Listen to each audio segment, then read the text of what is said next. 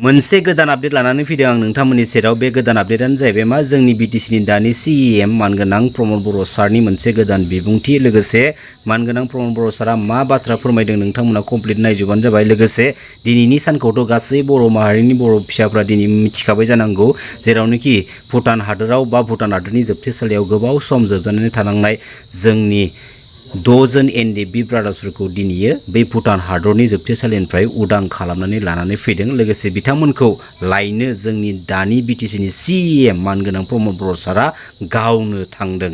लोगोसे दायो नोंथांमोना खोनासंदों मानगोनां प्रमद बर' सारा मा फोरमायखो।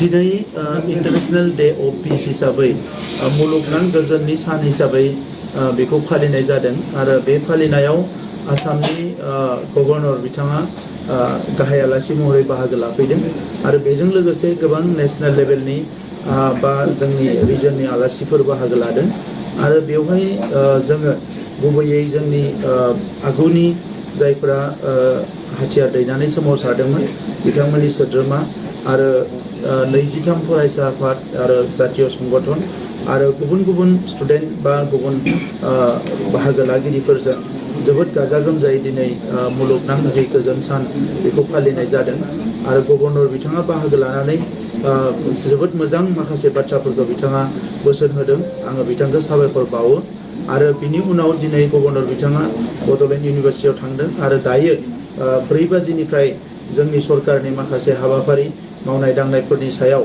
बिथाङा रिभिउ खालामगोन आरो बिथाङा जोबोदैनो गोजोनदों जे मोनसे काउन्सिल हिसाबै जिखिनि डेभेलपमेन्टखौ नुदों, जिखिनि मोजां थासारिखौ नुदों, बेखौ नुनानै बिथाङा जोबोद गोजोननाय मोनदों आरो आंजों गोबां खोथा बिथाङा सावरायदों जे फैबाय थानाय समाव बबे बबे बिथिंखौ आवगायलांबावनांगौ एबा जौगाहोनांगौ आरो बेवहाय बिथाङा थोंजोङै एबा खेंसालियै जोंखौ बोरैहाय मदद खालामगोन बे बाथ्राफोरखौ बिथाङा बुंदों। दा बेनिखायनो आं गोजोननाय मोनदों दिनै बेबायदि मोनसे मुलुगनां सान फालिनायजों लोगोसे आसामनि जोबोद गोनां सासे बिबानगिरि मानगोनां गभर्नर बिथाङा दिनै क'क्राझाराव फैनानै मैया मोनायावबो दङमोन, दिनै मोनायावबो थागोन आरो बे माखासे मानि हाबाफारिखौ लानानै जोंखौ थुलुंगा होनाय, जोंखौ माखासे गेबें लामा दिन्थिनायनि थाखाय आसामनि गभर्नर बिथांखौ आङो रोजा रोजा साबायखर बावदों।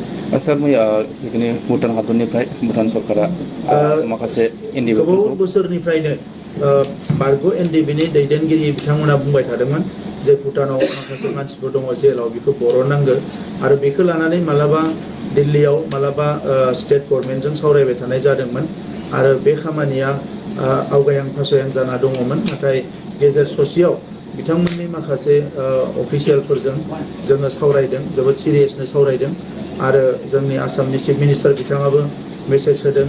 दा बे हिसाबै जोङो सावरायबाय थानानै मैया मोनाबिलियाव बिथांमोना जोंनि सा 6 एनडिएफबिनि बारग' सोद्रोमाफोर बिथांमोनखौ बेवहाय लानानै फैनाय जादों आरो बिथांमोनखौ दिनै गुवाहाटियाव लांदों। माखासे फर्मेलिटिस दङ पुलिसनि, जिहेतु बिथांमोना एनडिएफबिजों डाइरेक्ट आरो डाइरेक्ट एबा इनडाइरेक्ट जड़ित दङमोन। दा बिनि थाखायनो बिथांमोननि सायाव माबाफोर केस दङ नामा मा दङब्ला बेखौ बिजिरनानै बिथांमोनखौ न'आव हगार हरगोन आरो बिथांमोना जिहेतु बारग' एनडिएफबिजों ग्रुपजों सोमोन्दो दङमोन, निस्सय आं सान्दों बिथांमोना रिहेबिलिटेसनबो मोनगोन आरो बिथांमोननि रिटार्न फैनायाव जों बयबो गोजोननाय मोनदों आरो बिसेसकरि बिथांमोननि न'खर जायफ्रानोखि मोनसे गोनो गोथो साननायाव दङमोन जे बिथांमोना माबायदि अबस्थायाव दङ, दिनै बिथांमोनखौ मोजां देहा आरो मोजां गोसोयै मोनफिननानै न'खरा जोबोद हयथ' गोजोनगोन। आङो बिथांमोननि न'खरनिसिम आरो बे 6 जन सा 6 जोंहा जायफोर सोद्रोमा रिटार्न फैबाय बिथांमोनखौबो आङो आंनि अननायखौ बावहरदों। बेनि अनगायै आरो गुबुन हादराव दंबावो नामा सार?